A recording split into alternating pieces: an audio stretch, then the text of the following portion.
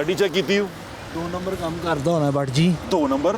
ਇਹ ਦੱਸੋ 2 ਨੰबर ਕੰਮ ਹੋ किस तरह जाता है इस मुल्क में? मैं तुम दसना। अस्सलाम वालेकुम, मेरा नाम है ज़ुहैब भट्ट और आज मैं आपको बताऊंगा 2 नंबर की कहानी बनाम सरकार। वाह जी वाह। 2 नंबर की कहानी बड़ी सादी सी है। 2 नंबर पाकिस्तान में जो बंदा 2 नंबर काम करता है वो अमीर तो अमीर तरीन हो ही जाता है। जो बेचारा शरीफ आदमी 1 नंबर चीज़ तरीके से काम करना चाहता है उस बेचारे को लग समझ जाती है और वो पढ़ नहीं पे आ रहा है, कुछ लभदा नहीं। तो जब हर कोई सोचता है कि यार शॉर्टकट ढूंढें, शॉर्टकट में फ़ायदा है। उस शॉर्टकट में फ़ायदा तो होता है लेकिन उस शॉर्टकट में नुकसान बहुत बड़े होते हैं। सबसे बड़ा नुकसान आपके मुल्क को, कौम को नुकसान होता है। आपकी कौम को, उसके ख़जाने को बहुत शदीद नुकसान होता है। फॉर एग्ज़ाम्पल मैं एक छोटी सी बात आपको लेता हूँ। एक चीज़ है, एक प्रोडक्ट है, जैसे फॉर एग्ज़ाम्पल एक सिगरेट की डब्बी है। सिगरेट वैसे पीना नहीं चाहिए, बड़ी बुरी ये है चीज़, आपके लिए नुकसानदेह होती है। लेकिन अगर आप एक सिगरेट पीते हैं और वो एक कंपनी का है, जो कंपनी पाकिस्तान में टैक्स पे करती है, क्योंकि सिगरेट पे ज़्यादा टैक्स इसलिए लगाया जाता है क्योंकि ये सेहत के लिए बुरी चीज़ है और बुरी चीज़ को आप ना इस्तेमाल करें, उसको डिस्करेज करने के लिए उस पर टैक्स लगाया जाता है कि यार दुनिया में भी ऐसा होता है। वो दुनिया में कहीं भी चले जाएँ, ये जो कोई भी नशा और कोई भी चीज़ है वो आपको महंगी मिलती है जो आपकी नुकसान, सेहत के लिए नुकसानदेह, और ये अच्छी बात है।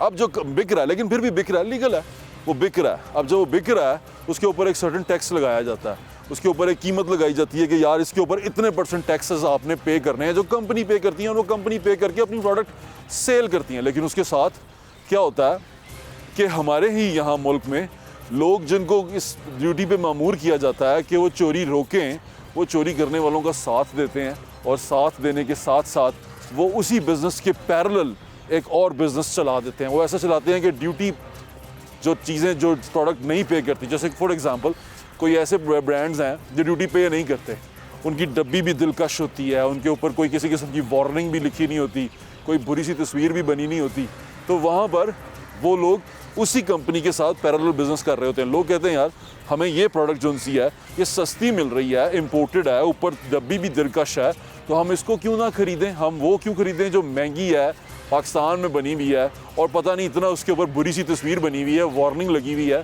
तो हम उसको क्यों खरीदें। तो वो जो लोग लॉ बाइडिंग है, जो लॉ की पाबंदी कर रहे हैं, उन लोगों का बिज़नेस ख़राब हो जाता है इन लोगों की वजह से। फिर जब इन लोगों को डिग आउट किया जाता है कि ये डब्बी यहाँ मार्केट में आती कैसे है, चलें ये मैं आपको नहीं बताता, ये मैं आपको उससे पूछ के बताता हूँ जो बंदा ये काम करता है, यानी कि जिस बंदे का ये बिज़नेस है कि ये डब्बियाँ, सिगरेट की डब्बियाँ, जो कि एक गलत चीज़ है, बुरी चीज़ है, वो मार्केट में आती कैसे है, बिकती कैसे है और लोग कैसे ख़रीदते हैं। आए आपकी एक सिगरेट वाले से बात करवाता हूँ जो सिगरेट का काम करता है।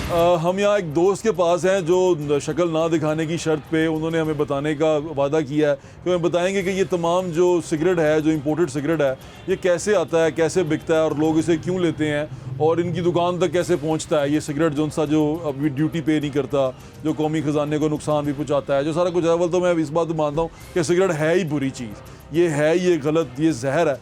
और इस जहर के बारे में, एक तो जहर आप ख़रीद रहे हैं, ऊपर से उस जहर को ख़रीदने के बाद वो कौमी ख़जाने को कैसे नुकसान पहुँचा रहे हैं। अस्सलाम वालेकुम भाई, क्या हाल है आपका? ठीक ठाक भाई। मेरे बताइए दो चीज़ें क्या हैं, यानी कि एक सिगरेट मैंने ऐसा देखा जिस पे वो इतनी बड़ी तस्वीर पैर की बनी होती है और वो सिगरेट महंगा भी है, एक डब्बी बड़ी खूबसूरत होती है, इम्पोर्टेड इंग्लिश सिगरेट लोग कहते हैं, और वो सिगरेट इतना सस्ता मिल जाता है। ये कैसे, क्या रोल है ये जो जितना भी है स्मगलिंग का माल आता है, अच्छा, यानी कि आप समझ लें कि मुल्क को नुकसान होता है। पर अमीर आदमी जो अच्छे सिगरेट हैं वो कॉस्टली हैं और जो नॉर्मल है हर बंदा वो फिर सस्ते सिगरेट पकड़ता है, क्योंकि पाकिस्तानी जो टैक्स पे होके आते हैं तो उसमें तो आपको मालूम है कि वो महंगा ही पड़ेगा।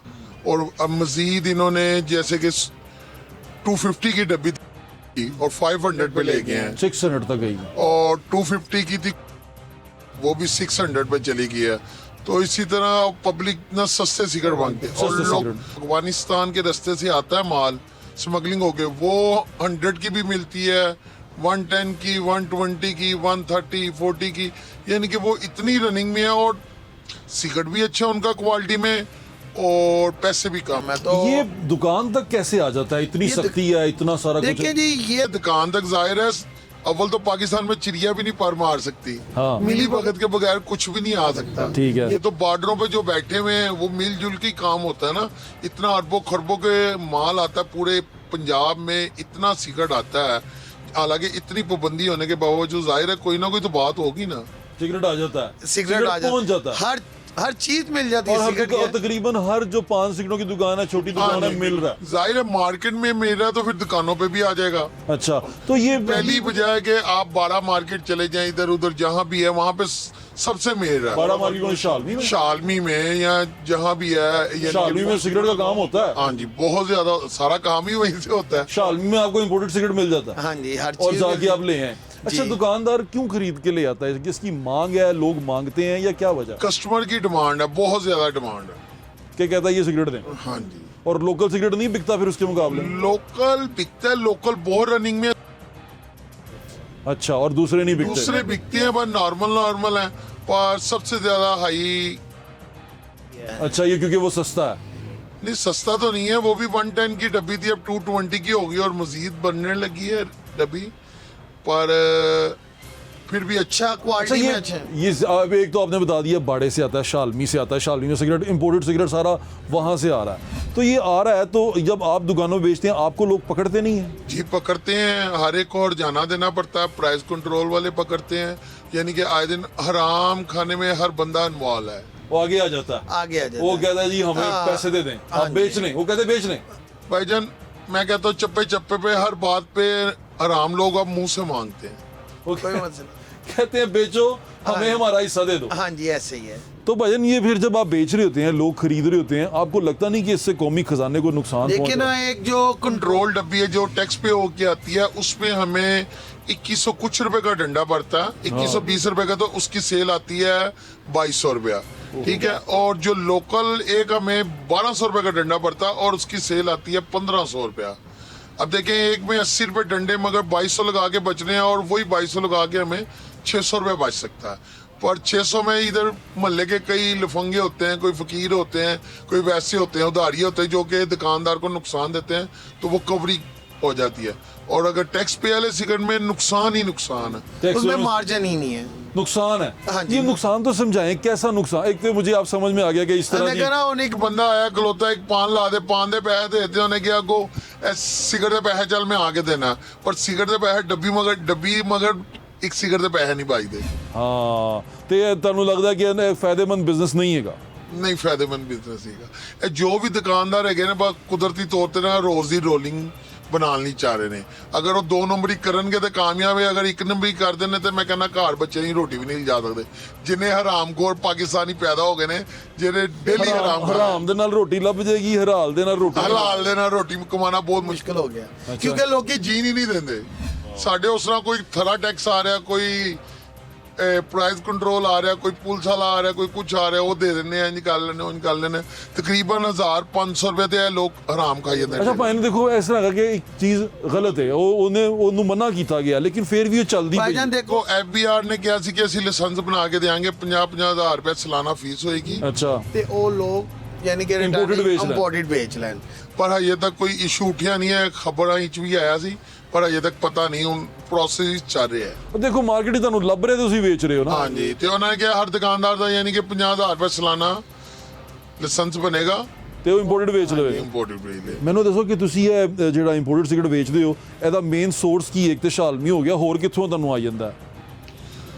ਬਈ ਮੇਨ ਸ਼ਾਲਮੀ ਹੈਗਾ, ਜਾਂ ਪਾਨ ਮੰਡੀ ਵਗੈਰਾ ਹੋ ਗਈ, ਹੋਰ ਕਿੱਥੋਂ ਮਿਲਣਾ, ਜਾਂ ਮੋਬਾਈਲਰ ਹੁੰਦਾ ਨੇ ਤੇ ਇਹ ਦੁਕਾਨਾਂ। ਚੁੱਪ ਕਰਕੇ ਦੇ ਜਾਂਦੇ ਨੇ ਜਾਂ ਖੁਰਸਰੇ ਆਮ ਵਿਕ ਰਿਹਾ ਉੱਥੇ? ਨਹੀਂ, ਚੁੱਪ ਕਰਕੇ ਵਿਕਦਾ, ਸ਼ਕਲ ਵੇਖ ਕੇ ਵਿਕਦਾ ਕਿ ਪਤਾ ਕਿ ਇਹ ਦੁਕਾਨਦਾਰ ਹੈਗਾ ਕਿ ਨਹੀਂ ਹੈਗਾ, ਮਾਰਕੀਟ ਗੁਜ਼ਰਦਾ ਹੈ ਕਿ ਨਹੀਂ ਗੁਜ਼ਰਦਾ। ਹੁਣ ਚੁੱਪ ਕਰਕੇ ਦਿੰਦੇ हाँ ਨੇ? हाँ जी, ਆਪਣੇ ਬੰਦੇ ਹੁੰਦੇ ਨੇ ਤੁਹਾਡੇ?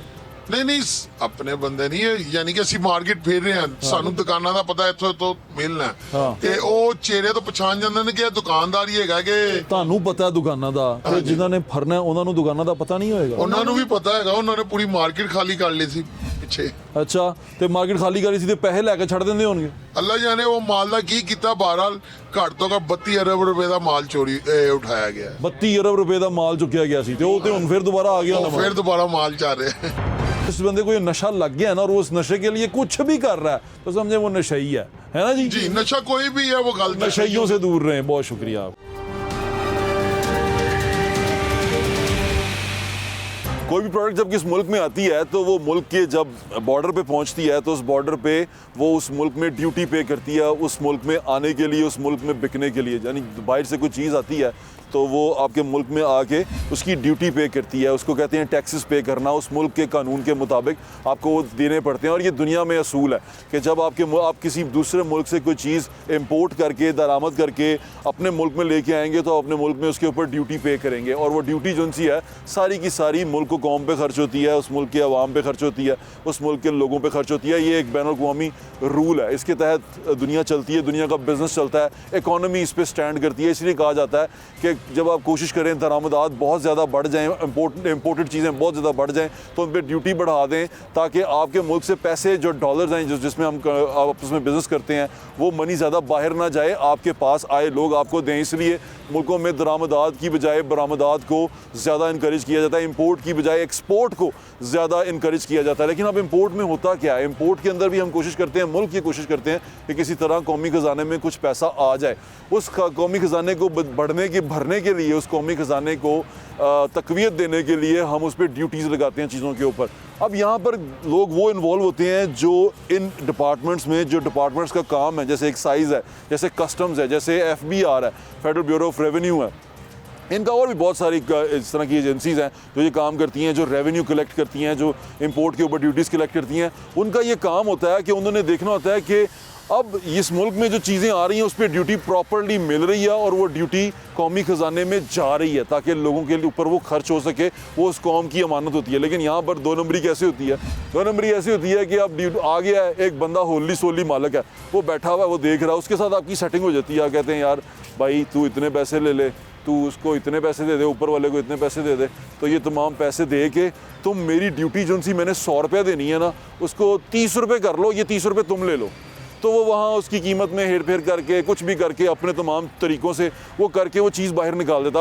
आप मुझे पूछेंगे कि मैं ये कैसे कह सकता हूँ, वो कैसे कर देता चोरी हो रही है, वारदात हो रही है, चीज़ें मार्केट में नज़र आ रही हैं। इसका मतलब जो रोकने वाला है वो या तो रोक पा नहीं रहा, या वो इसमें इतनी कैपेसिटी नहीं है कि वो रोक सके, या अगर उसमें कैपेसिटी है तो वो ये रोकना चाह नहीं रहा।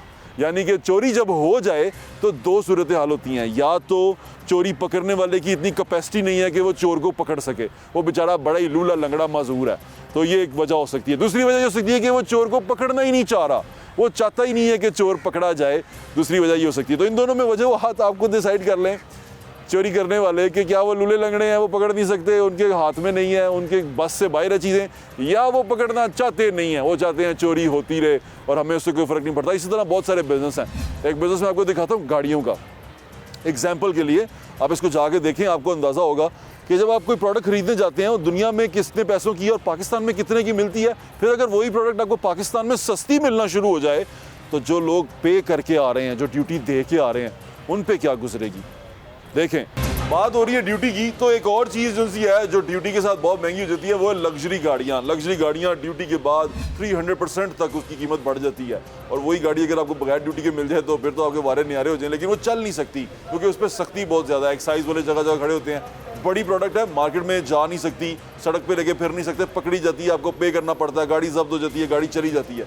लेकिन अगर आपको मिल जाए और जो चला सके उसके तो वारे न्यारे होते हैं। हमारे साथ एक दोस्त है, हमारे उनसे बात किया। अस्सलाम वालेकुम हमजा भाई, कैसे हैं? अल्लाह का शुक्र, ठीक ठाक। आप सुनाएं, खैरियत से? हमजा भाई, लग्जरी गाड़ियाँ आपके पास खड़ी हैं, मुझे बताएं कि ये लग्जरी गाड़ी पे, कोई भी लग्जरी गाड़ी अगर हम 4000 सीसी तक मंगवाएं तो उस पर टैक्स कितना पड़ता है? ऑलमोस्ट 350%, 350 के करीब। 3.5%। इसी तरह अगर मैं एग्जांपल ले लेता हूँ, लैंड क्रूजर है, जी जी, वो कितने की है दुनिया में, यानी कि बाहर मार्केट में, दुबई में? पाकिस्तान की अगर एग्जांपल मैं आपको दे दूँ, पाकिस्तान में तकरीबन जो नई भी शेप आ रही है, नई शेप 21 में आई है, तो वो तकरीबन जो गाड़ी है अभी भी 8.5 से 9 करोड़ रुपए की है। 8.5 से 9 करोड़। नहीं, दुनिया में कितने की मिलती है, यानी कि नई गाड़ी अगर मैं दुबई में लेना चाहूँ मेरे ख्याल में 2.5-3 करोड़ रुपए की होगी, 2.5-3 मैक्सिमम जी। और यहाँ पर अगर मैं लेके आता हूँ तो ब्रांड न्यू की बात कर रहा हूँ, तो यहाँ पर मैं ब्रांड न्यू लेके आऊँ तो मुझे कितना पे करना पड़ेगा? तकरीबन 10 करोड़ रुपए, 10-11 करोड़। 10 करोड़ रुपए ड्यूटी देनी पड़ेगी? नहीं, ड्यूटी नहीं, सब कैलकुलेशन करके 7-8 करोड़, 7 करोड़ रुपया ड्यूटी होगी उससे। 7 करोड़ रुपया टोटल टैक्सेस हैं जो उसके ऊपर आयद होंगे, और वो टैक्सेस सारे के सारे गवर्नमेंट की पॉकेट में जाते हैं। गवर्नमेंट की पॉकेट में जाते हैं। गवर्नमेंट की पॉकेट में जाते हैं। अच्छा, आपके पास यहाँ गाड़ियाँ खड़ी हैं, ये इलेक्ट्रिक कार्स भी हैं, तो इसकी ड्यूटी कितनी है, कितने सौ सीसी है? ये जी सीसीज नहीं आते इसके अंदर, हाँ, बैटरीज sorry, आती हैं, batteries। किलोवाट है ये तकरीबन जी मैं थोड़ा इस मामले में नहीं वो फाइन ना होगा, डालूं। 85 किलोवाट की बैटरी है इसके अंदर। अच्छा। और इसकी जो ड्यूटी है ना जी, वो इसकी इनवाइस जो इसकी ब्रांड न्यू की गाड़ी की इनवाइस होती है ना, उस पर तकरीबन सारे एक्सपेंस डाल के तकरीबन 90% ड्यूटी जो है ना वो पे करनी पड़ती है। 90% देनी पड़ती 90% है देनी टोटल कीमत की। Total कीमत की, 90%। जी। ये भी काफ़ी ज़्यादा है जी, अच्छा obviously। एक बात बताएं, मैं आपसे सवाल पूछता हूँ, आप यहाँ पर गाड़ियाँ बेच रहे हैं, सारी गाड़ियाँ ड्यूटी पेड हैं, जाएंगी तो अच्छा उनको लोग खरीद भी लेंगे आराम से, लेकिन ज़्यादा पे करके। आपकी दुकान के साथ एक दुकान खुल जाए जो गाड़ियाँ बेच रहा हो आप भी की तरह की गाड़ियाँ, लेकिन बगैर ड्यूटी के दे रहा हो, जी। तो वो सस्ती होंगी वहाँ पे, डेफिनेटली। सस्ती होंगी, और वो चला भी रहे हों लोग, तो आपको नुकसान कितना होगा? हम तो अपना शटर डाउन कर बैठेंगे 2-3 दिन में, है ना? हमारा शटर डाउन हो जाएगा। तो इसके लिए मतलब आप ये आपको लगता है कि ये कोशिश होनी चाहिए कि जिनकी जिम्मेदारी है ये, जब आप पे कर रहे हैं तो सब पे करें? सब पे करे, डेफिनेटली। बिजनेस नाम ही इसी का है, इक्वालिटी किसी चीज़, सिर्फ बिजनेस में नहीं, हर चीज़ में होनी चाहिए, फिर ही सिस्टम चलता है ना। बिल्कुल ठीक है कि अगर आप कर रहे हैं हाँ, तो सब लोग करें। करें, हाँ, या फिर सबको वेव ऑफ करें।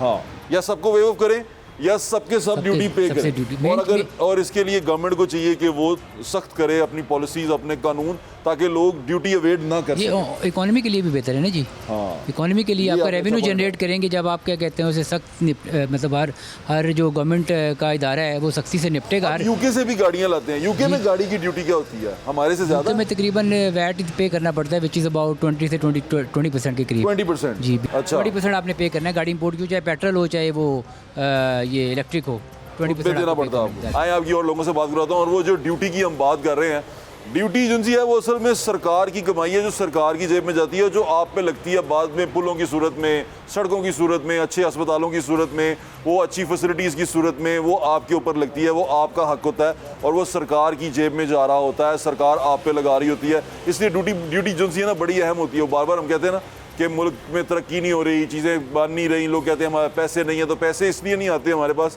कि हम में से बहुत सारे लोग कहीं ना कहीं बहुत सारी ड्यूटीज़ के साथ खेल रहे होते हैं। आपकी और लोगों से बात करवाते हैं।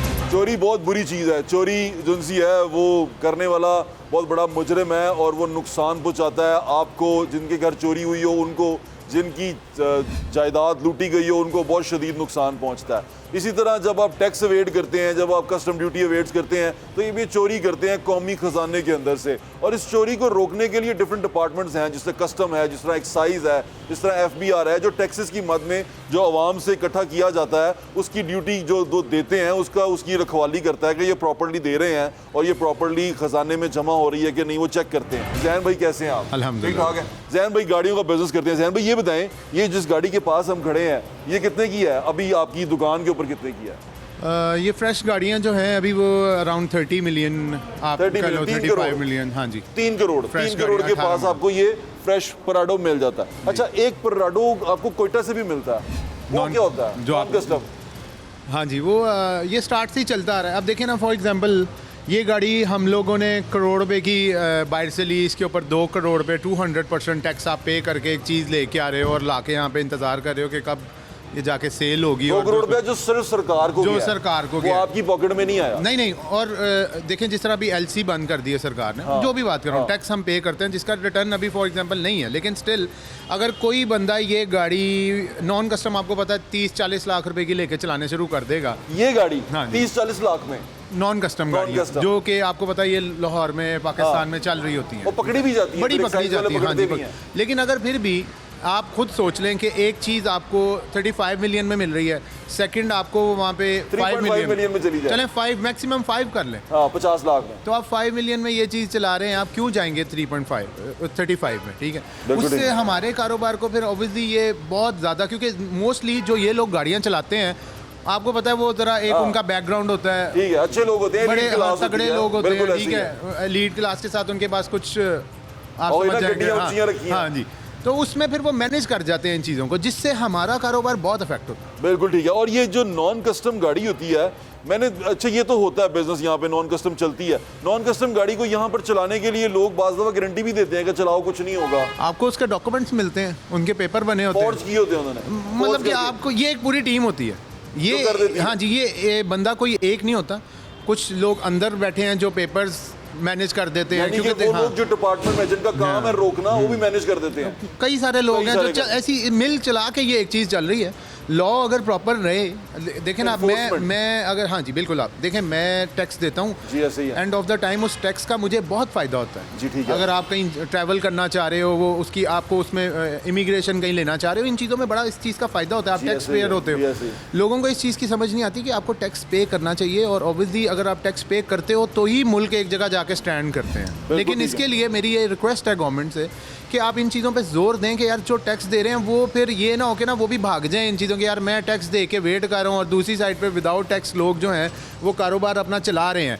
चल सही तो बात। उनका भी रहा है, फिर लेकिन हम वो गलत देखेंगे, कर रहे हैं। हाँ ज़्यादा देर जब हम देखेंगे कि चल उनका भी रहा है तो फिर हम यही कहेंगे ना कि यार हम भी फिर हाँ, जो दो कि दिल नंबर नहीं काम कर मानता, लें, हाँ 2 नंबर काम कर लें। चीज़ें फिर मैनेज होनी और चाहिए। ये ऐसे ही है कि जैसे आपने जिसने चोरी होती देखे ना, तो सबसे पहले ये सोचें कि जिसने चोरी रोकनी है ना वो काम ठीक नहीं कर रहा, उसने कहीं ना कहीं अपने काम में बेईमानी की है अगर ये चोरी हो रही है। और अगर ये चोरी हो रही है और चोरी करने दी जा रही है तो सबसे पहले चोर की बजाय उसको पकड़ना चाहिए जो चोरी होने दे रहा है। तो वो डिपार्टमेंट जो उनसे हैं उन पे सवालिया निशान है, उनकी कारकर्दगी पे सवालिया निशान है कि अगर जो बिज़नेस कर रहे हैं, अच्छा बिज़नेस कर रहे हैं, टैक्स पे कर रहे हैं और करोड़ों रुपया टैक्स की मद में पे कर रहे हैं, और उसके बाद उनके साथ ही उन्हीं की जगह पे जहाँ वो दुकान, जहाँ वो अपनी चीज़ बेच रहे हैं, कोई बंदा ऐसी चीज़ बेच रहा है जो चीज़ टैक्स के नेट में है ही नहीं, सस्ती मिल रही है और उनको जितनी फैसिलिटी नहीं मिल रही जितनी उसको मिल रही है, तो ये बहुत शदीद नुकसान है मुल्क की इकॉनमी को, मुल्क की ख़जाने को और मुल्क को खुद को।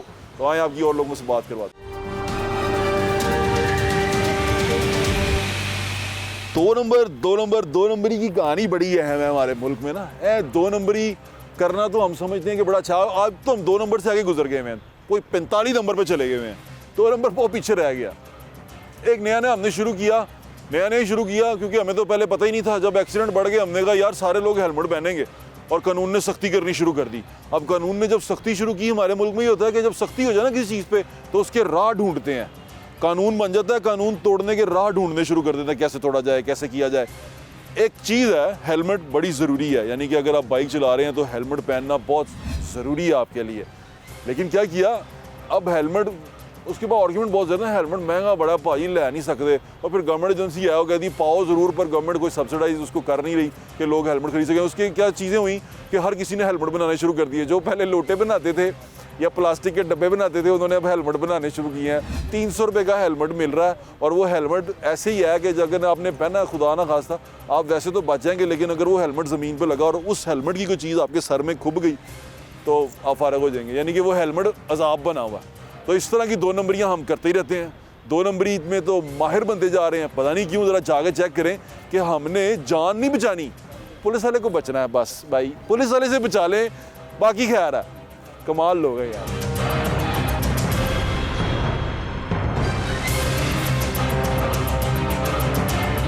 अब ये हेलमेट बेचते हैं, हाँ जी कितने का हेलमेट बेचते हैं भाई? कम से कम कितने का? वैसे कम से कम मिल जाएगा 450 500 से स्टार्ट होती है। 450 वाला दिखाएं मुझे भाई। ये तो जान जून नहीं बचाएगा, नहीं बचाएगा, नहीं बचाएगा, नहीं बचाएगा। पुलिस वालों से बचा लेगा, पुलिस वाले से बचाएगा। बिल्कुल ठीक कह रहे हैं। ये जान बचाने वाला नहीं है, ये पैसे बचाने वाला है। ये आप सही पहुंचे हैं। हाँ एक्सीडेंट से नहीं बचेंगे आप, पुलिस वालों से बच जाएंगे इन हेलमेट को। 2000 के चलान से बच जाएंगे आप इससे। 2000, लेकिन जान जो अगर गिरेंगे इस खुदा ना खास्ता इसमें तो जान जाएगी, इसमें जान इसमें जाएगी। बिल्कुल ठीक है भाईजान, थैंक यू सो बहुत मच। मेहरबानी। ये हेलमेट है, बड़ा ज़रूरी है।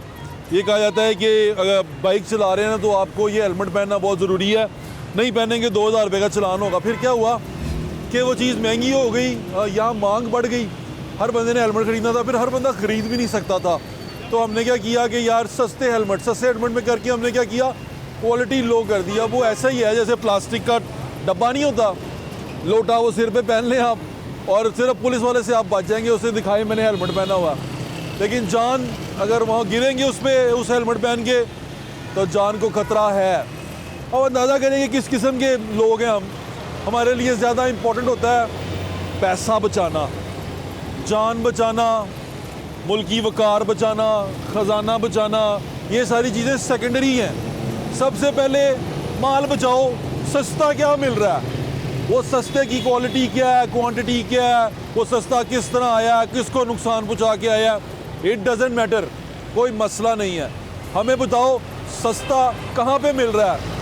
तो फिर वो भावें बड़े बड़े स्टोर हों जिथे बड़े शुरफा जो उनसे हैं वो लाइनें तोड़ के तबाही मचाएं सेलों पे, या वो इस तरह की कोई चीज़ हो जो भी हम जिक्र कर रहे हैं, उस तरह का कोई प्रोडक्ट हो जो आपको मिल रहा हो सस्ते रेटों पे, कोई फ़र्क नज़र नहीं आता। यहाँ पर कोई पढ़ा लिखा और जाहिल का कोई कंपैरिजन नहीं है। यहाँ पर हमारा एक क्या कहते हैं ना, कौमी हमारी आदत है, फितरत है, वो ये है जिथे सस्ता मिलता होए चुक लवो ते महंगे दामां ते फिर उन्होंने वेचो। हाँ पैसे कमावांगे उहदे तो, बदलें अपने आप को, खुदा दा वास्ता है। दुनिया ते तनकीद कर कर थकदे नहीं तुसी, फलां मुल्क में ये होता है, फलां में ये होता है, और भाई आप तो ठीक हो जाओ, फिर फलां की गल भी कर लांगे।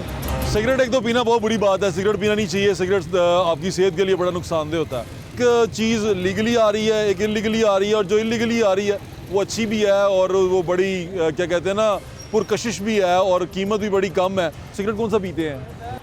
सिगरेट नहीं मतलब लोकल पीते हैं, इम्पोर्टेड पीते हैं? लोकल में है ये। Local cigarette. आप भी लोकल सिगरेट पीते हैं? बोला ये है कि जो लोकल सिगरेट है ना, वो पूरी जो बैको है जो भी है, वो पूरे पैसे देते हैं, पूरा टैक्स देते हैं, और उसको टैक्स इसलिए दिया जाता है कि ये गंदी चीज़ है, बुरी चीज़ है, आपकी सेहत के लिए नुकसानदेह, इसलिए इस पर ज़्यादा टैक्स लगता है और ज़्यादा टैक्स लगता है। और इसके ऊपर इतनी बड़ी तस्वीर भी लगी होती है कि ये तंबाकू नोशी का अंजाम गैंग्रीन और कैंसर है। कैंसर का मरीज। लेकिन जब दूसरी जगह पे जो इम्पोर्टेड सिगरेट है वो चेक करें कितना खूबसूरत है और कितना महंगा है। महंगा भी नहीं, सस्ता है और क्वालिटी में भी अच्छा है। तो ये इसलिए है कि ये हुकूमत पाकिस्तान को पे नहीं करता, ये नहीं करता, ये पैसे नहीं देता, और ये पैसे देते हैं। इम्पोर्टेड सिगरेट सस्ता मिलता है। हाँ जी, इम्पोर्टेड सस्ता मिलता है। सस्ता मिलता है। ये हालांकि सिगरेट जो है इम्पोर्टेड दुनिया में महंगा होता है, लेकिन यहाँ हमारे सस्ता मिलता है क्योंकि ये स्मगल होके आता है। ये ऐसे ही है जैसे आप नॉन कस्टम गाड़ी जो सी है, बगैर कस्टम पे किए बहुत महंगी गाड़ी जो सी है सस्ते दामों में चला सकते हैं, उसमें याशी कर सकते हैं, लेकिन जब पकड़ी जाए तो वो फिर किसी काम की नहीं रहती।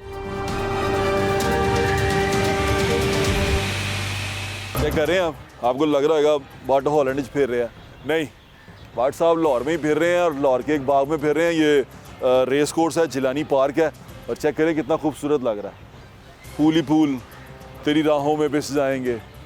चेक किया आपने? खूबसूरती है ना, ये लोगों ने काम किया है, मेहनत की है, लोग मेहनत करते हैं, उन लोगों को हम पे करते हैं। वो पे इसी तरह करते हैं कि कौमी ख़जाने में पैसा होता है, उनको पे किया जाता है, वो सर्विसेज देते हैं आपको। यही असूल है सारी दुनिया में कि जो कौमें हैं वो खुद इसके लिए आपने पे किया हुआ है। ये जो लगा हुआ है, फूल शूल लगे हुए हैं, यू पेड फॉर दिस। तो ये जब आप पे करते हैं और आपके लिए फैसिलिटीज़ आती हैं, अच्छा लगता है आपको। फिर आपको कितना गुस्सा चढ़ेगा कि आप पे कर रहे हैं, लेकिन कुछ लोग ऐसे हैं जो पे ही नहीं कर रहे। जो लोग इस हक में ही नहीं है कि पे किया जाए, वो चोरियां कर रहे हैं और आपका पैसा भी हराम हो रहा है, और जो पैसा आप जमा करवा रहे हैं आपके मुल्क कौम को भी नुकसान हो रहा है, चीज़ें ख़राब हो रही हैं। तो इन चीज़ों से बचना चाहिए। मैं कोई बात बताऊं, आप एक प्रोडक्ट ख़रीद लेते हैं कि यार ये मुझे सस्ती मिल रही है, लेकिन आप ये नहीं देख रहे कि उस वक्त के वक्ती फ़ायदे के बाद आपको और आपके मुल्क को कितना शदीद नुकसान हो रहा है। फिर आप भी किसी जगह पे बैठे होंगे और आप कहेंगे यार पाकिस्तान च तो इंज ही गंद होंदा है, पाकिस्तान च तो इंज ही चीज़ां चलदियां ने, पाकिस्तान च तो यार इंज ही होंदा है। भाई पाकिस्तान च तुसीं इंज करदे हो, पाकिस्तान च सारा कुछ तुसीं इंज करदे हो ते होन देंदे हो। चोरी होने देते हैं आप, चोरी रोकें, चोरी को मना करें, कहें कि चोरी नहीं करनी, ना चोरी करनी है ना चोरी होने देनी है। दूसरे को चोर चोर आवाज़ लगाना बड़ा अच्छा है, बड़ा मज़ा आता है, आज चोर चोर आवाज़ें लगा रहे हैं। लेकिन जब खुद चोरी करते हैं तो कहते हैं कोई गल नहीं, 10,000 तोजी हाथ पेश करते हैं, सस्ता है यार, पैसे नहीं ने यार, ओ है यार, पर चोरी तो चोरी है ना जानी, रुपये की हो या खरबों की हो, चोरी तो चोरी है।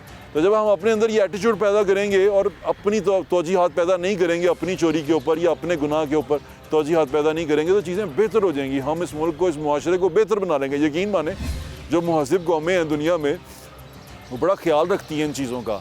आपने दुनिया में वो अब आजकल टिकटॉक शिकटॉक सारे लोग देखते ही हैं, तो आपने देखा होगा कि लोग बहुत ख्याल रखते हैं। लोग ख्याल रखते हैं कि कोई बंदा अगर बुज़ुर्ग है तो मेरे से आगे जा रहा है तो मैं उसकी हेल्प करूं, उसका ख्याल रखूं। वो ये नहीं करता कि जा रहा है तो जाए भाई, डिगदा तो डिगे उन्हें डिगना, मैं डिगना, ठीक है। तो ये सारी चीज़ों का ख्याल रखना पड़ेगा। मुल्क कौम की तरक्की कौमों के साथ होती हैं, कौमों का एटीट्यूड बदलने की ज़रूरत होती है। अगर कहीं पे चोरी हो रही है, गलत चीज़ें हो रही हैं, आपके मुल्क में आपके कौमी ख़जाने को नुकसान पहुँचाया जा रहा है, उसके रखवाले आप हैं, उसको पॉइंट आउट करें। और जो इदारे इसके ज़िम्मेदार हैं, मैं दोबारा कहता जाऊँ जो बात मैंने पहले की थी, अगर चोरी हो रही है तो उसकी चोरी की 2 वजूहात हो सकती हैं। चोर को ज़िम्मेदार ना ठहराएं, चोर ने चोरी करनी होता तो काम ही चोरी करना। जिस बंदे को पैसे दे के रखा हुआ है चोरी रोकने के लिए, वो काम ठीक नहीं कर रहा। अगर चोरी हो रही है तो या तो उसमें कैपेसिटी नहीं है, वो अहल नहीं है इस जगह सीट के, अगर वो चोरी रोक नहीं सकता, वो इतना लूला लंगड़ा है कि वो चोरी पकड़ ही नहीं सकता, या वो चोरी पकड़ना चाहता नहीं है, उसके पास और बहुत सारे रीज़न है चोर को चोरी करने के लिए। और ये देखें कि जिसको चोरी पे रोकने के लिए बिठाया गया है उसका जेब कितनी भर रही है। जो कौमी खजाने में जाना था वो उसकी जेब में जा रहा।